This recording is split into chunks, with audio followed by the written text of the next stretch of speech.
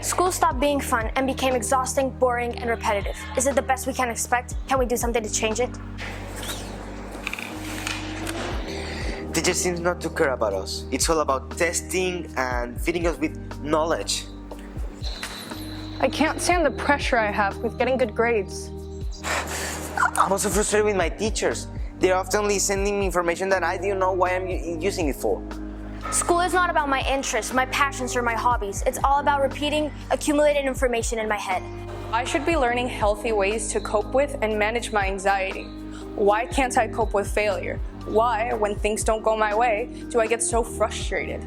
I'm about to graduate from high school. I now know the first thing of making a budget, writing a resume, or doing my taxes. I wish the school teaches this. Learning needs to be more interesting. Students usually don't like textbooks because there's not much to interact with.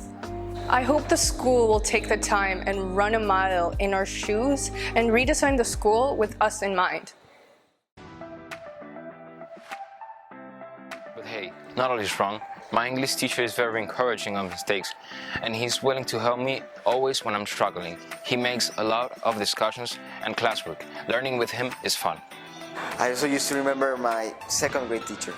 She used to teach us through songs that I will remember for life. Yeah, if we could only bring fun back to school, the classes where I succeed are the ones where the teachers are fun and energetic. Schools can change. There's still a hope. I think if they give us a voice, we can all be heard. Why don't school teach us through real-life experiences? Not only from textbook, but in real hands-on activities.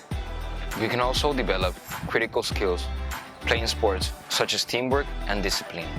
Videos, websites, games, whatever interests students. We know textbooks are important, but it shouldn't be all we do.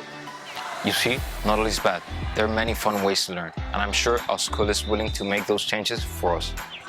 If I'm presented with real-world issues and my teacher asks me to come up with well-constructed solutions, I'll be more than eager to be engaged with my learning. It will also be helpful if we had trusting adults that could support us with our social and emotional needs. What about mindfulness that helps us reduce stress, better cope with our personal fears, our anxieties, our insecurities, or even our self-esteem? As teachers, to make sure we are doing the best we can, first, we must listen to our students. That's very important. We should never minimize the role we play in students' life. Hopefully, it will be positive, possessing the qualities of a charismatic adult who not only touches students' minds, but also their spirits, the way they see and feel about the world and about themselves.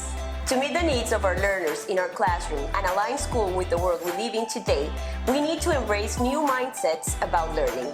When we focus on learners, that means on the students, we connect with their interests, their needs, their goals, as a way to create learning experiences that ignite curiosity, develop passion, and unleash genius. The teacher-centered approach met the needs of the Industrial Revolution age.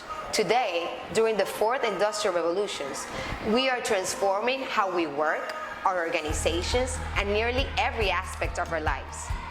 One thing is for sure, we cannot go back to teacher-centered classrooms where students are taught to repeat information designed just to measure how much they can remember. Focusing on developing the human potential of students and faculty is imperative. Even though machines are mastering many tasks, typically performed by humans, people are still more adept at creative tasks, imagination, critical thinking, social interaction, and physical dexterity. Social-emotional learning must go hand in hand with academics.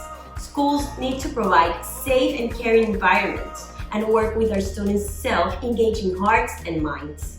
To allow students to practice their curiosity, problem-solving skills, inquisitiveness, and the iterations of failure, schools need to provide learning environments that will enable students to create using a variety of digital and physical tools. But school is about learning, and learning should always be fun. And I don't mean all play and no work. I don't mean watering down the subjects or the curriculum just for the sake of fun. But I mean extracting the fun out of the activities we do to make it really meaningful and important for kids. Learning should be fun. School should be fun. Students are not supposed to come to school only to memorize information for a test. Once the exam is done, after a week or at the same day, everything will vanish. So, fun. Always have fun in school. Fun means engagement. Doing and learning what has meaning and purpose, not for teachers, for students and for their lives. Also, it has to have a challenge. And while not everything can be fun, it's important to know that when classroom activities are fun, enjoyable, and pleasurable, amazing things can happen. By empowering our youth through open and courageous conversations, we could bring a lot more to the table. Student voice help us revisit and reconnect with what is important. We need to start considering our students not as the citizens of tomorrow, but as today's change makers.